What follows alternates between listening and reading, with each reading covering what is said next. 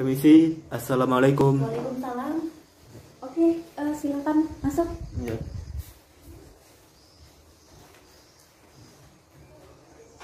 Oke, baru saja sampai di sini? Iya, Oh, baru.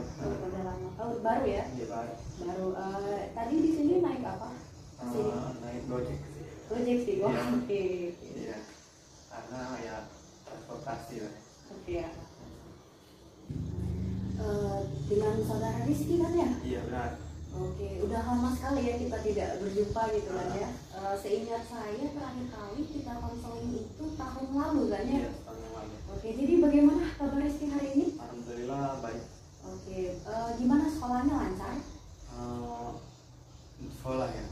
Mungkin untuk beberapa hari-hari ini sih, mungkin dari beberapa 11 tahun yang kemarin, mungkin saya itu sekolahnya itu kurang lancar sih. Kurang lancar.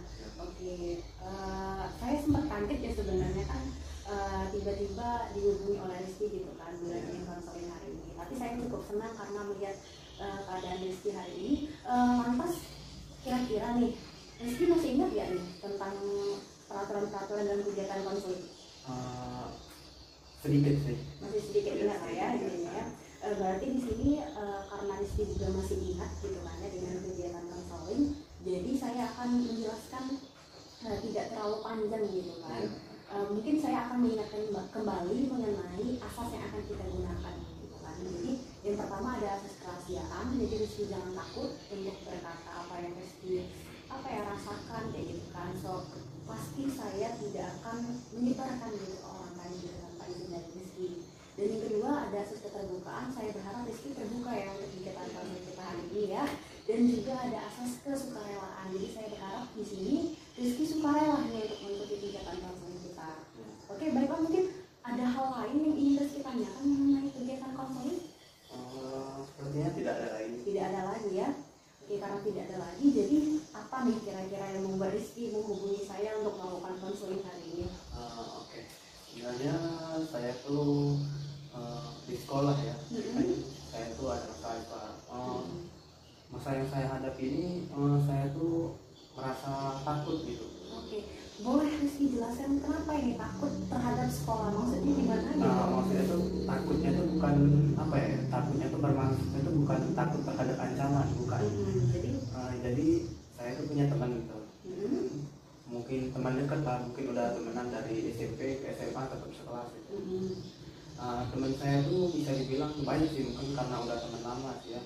Mau kemana kadang ikut pulang sekolah tuh diantar sama dia, kadang ke sekolah tuh kadang suka traktir.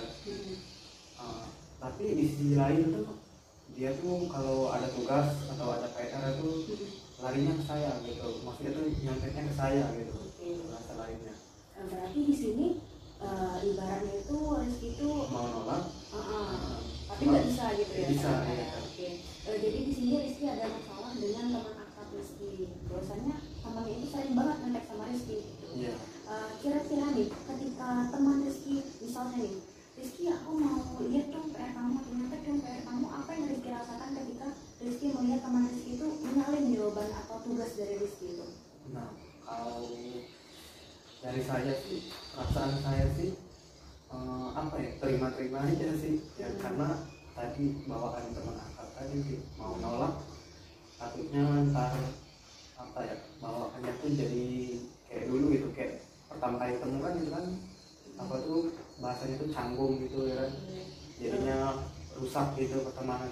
Oke, berarti di sini ibaratnya Rizky itu takut kalau misalnya Rizky tidak memberikan contekan itu, takutnya teman Rizky itu malah marah gitu ya, marah tidak mau lagi berteman sama Rizky gitu kan.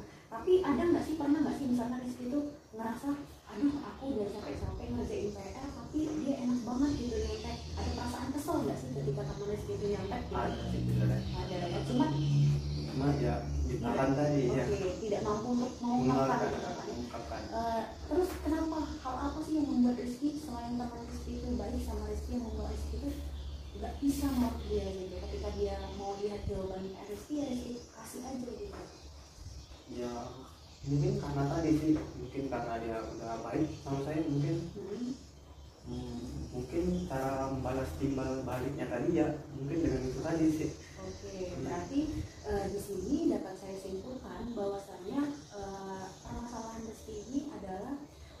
tidak mampu nih untuk mengatakan menolak gitu ya permintaan teman Rizky gitu kan. Ketika teman Rizky bilang, Rizky aku mau nyetek PR dong, ya Rizky kasih aja, padahal di dalam hati itu rasanya kesel ya, rasa kesel gitu kan. Udah capek-capek ngerjainnya, mungkin sampai begadang gitu kan ya ngerjain tugasnya, tapi sampai sekolah ternyata dicontek sama teman Rizky gitu. Jadi karena permasalahan Rizky ini, di sini saya akan mencoba membagi permasalahan Rizky supaya Rizky itu tidak menjadi individu yang pasif. Jadi individu yang pasif itu adalah individu yang seperti Rizky ini, tidak mampu untuk mengatakan tidak gitu, tidak mampu untuk menolak atas permintaan orang lain gitu. Nah, jadi di kegiatan konseling ini saya akan mencoba memberikan teknik latihan asertif. Kalau boleh tahu tuh teknik latihan asertif itu apa? Nah, jadi saya jelaskan dulu lah ya, mungkin baru pertama kali juga kan mendengar istilah ini. Jadi latihan asertif ini adalah salah satu latihan yang akan nantinya ini bisa membuat Rizky menjadi mampu untuk mengatakan tidak gitu, untuk menolak teman Rizky gitu. Misalnya nih tadi teman Rizky mau nyontek, nah di sini lewat latihan asertif ini Rizky dilatih untuk bisa mampu mengatakan tidak, mengatakan menolak gitu. Ketika bantuan yang diminta oleh orang lain itu atau keputusan yang diambil oleh orang lain itu tidak sesuai dengan keinginan Rizky gitu. Jadi dalam hal ini juga nanti Rizky dari latihan asertif ini bukan hanya saja Rizky itu bisa menolak gitu permintaan teman Rizky, tapi Rizky juga bisa membuat kata-kata yang baik gitu. Supaya tidak menyakiti. Nah, gitu, benar kan? Jadi ketika Rizky menolak, teman Rizky juga merasa nggak tersakiti, Rizky juga merasa nggak kehilangan teman gitu kan? Oke, baiklah, karena kita akan langsung mulai saja gitu ya latihan asertifnya. Jadi saya akan berperan sebagai teman Rizky dan Rizky akan mencoba mengatakan apa yang ingin katakan kepada teman Rizky. Jadi anggap saya teman Rizky ya. Nah, jadi Ki, aku nyontek dong PR kemarin matematika susah banget, aku nggak ngerti. Aku mau lihat jawaban kamu, boleh nggak? Nggak boleh dulu. Soalnya ini aku tuh kerjanya udah malam juga kemarin. Dan kalaupun mau nyontek, mungkin saya boleh kasih lihat cara menjawabnya aja sih. Kok kamu gitu sih sekarang pelit sama aku? Bukannya pelit sih, ya kan materi kemarin kan udah dijelasin di grup bahkan di sekolah juga. Kan kalau yang belum ngerti boleh kontak sama guru kan.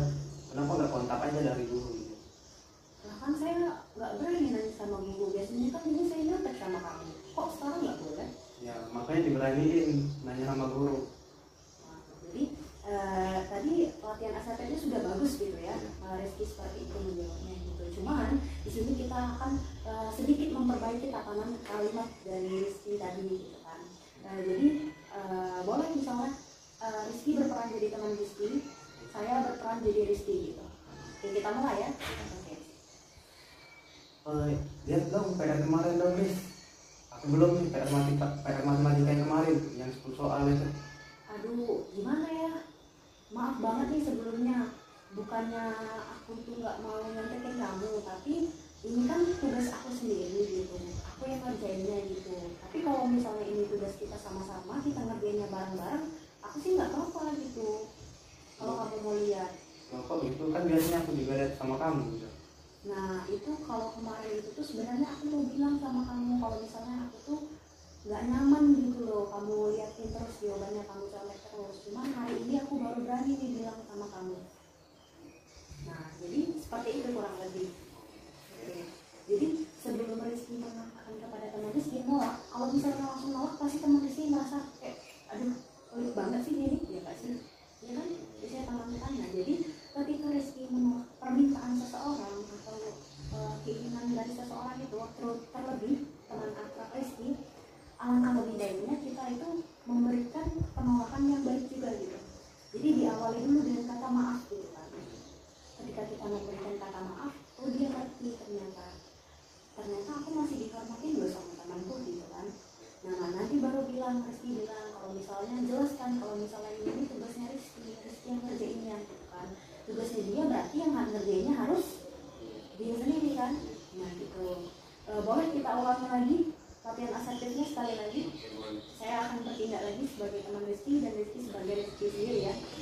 Oke, kita mulai ya. Oke. Ih, aku mau nyontek dong PR kemarin. Aduh maaf, gak bisa dulu. Soalnya ini tuh tugasnya individu. Jadi ini tugasku sendiri. Jadi kalau punyamu itu kerjain sini, maaf gak bisa.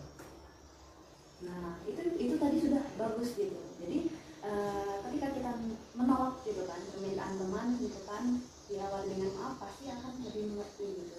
Nah, jadi gimana nih perasaannya Rizky setelah mengungkapkan gitu kan apa yang Rizky ingin katakan gitu kepada teman Rizky selama ini, gimana dari latihan tadi rasanya? Mulai sedikit membaik. Mulai membaik ya.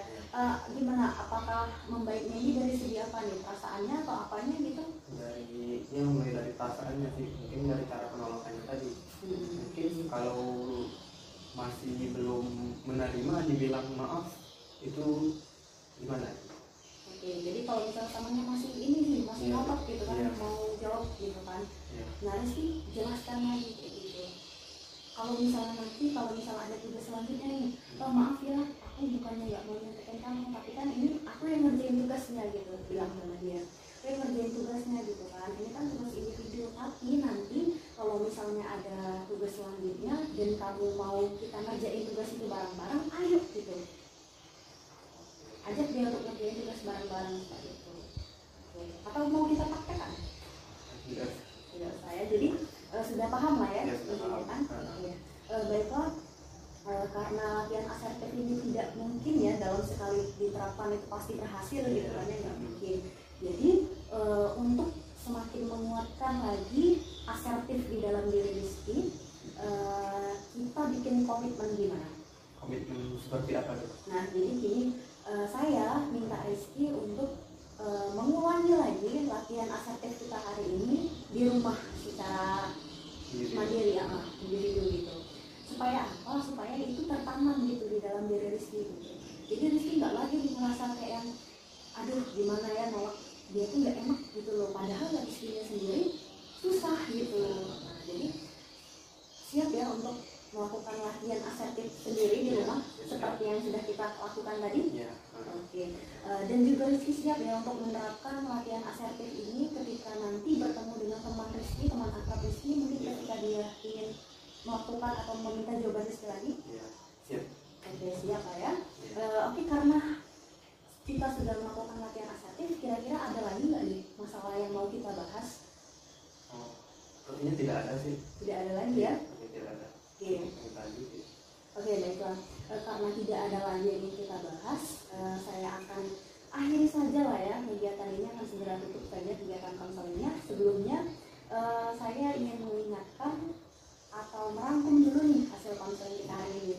Jadi dari permasalahan Rizky tadi kita sudah menemukan istilahnya solusi lah ya, atau cara jalan keluar gitu kan ya, supaya Rizky itu bisa mengatakan tidak atau menolak permintaan dari teman Rizky, yaitu dengan berani mengatakan apa yang ingin Rizky ungkapkan kepada mereka, dan juga melaksanakan latihan asertif supaya nilai asertif di dalam diri Rizky yang awalnya Rizky itu pasif menjadi asertif gitu kan ya, berani menyampaikan pendapat Rizky. Baiklah, karena tidak ada lagi yang ingin kita bahas, saya ucapkan terima kasih atas kedatangan Rizky di konseling hari ini. Saya juga berterima kasih karena Ibu masih menyambut saya kan setelah 1 tahun kemarin. Iya, saya benar-benar senang kita bisa bertemu lagi hari ini. Oke, baiklah, karena tidak ada lagi yang ingin kita bahas, kita tutup saja kegiatan konseling hari ini dengan bersama-sama mengucapkan lafaz hamdalah. Alhamdulillahirabbil alamin. Kalau begitu saya permisi dulu, Bu. Assalamualaikum. Waalaikumsalam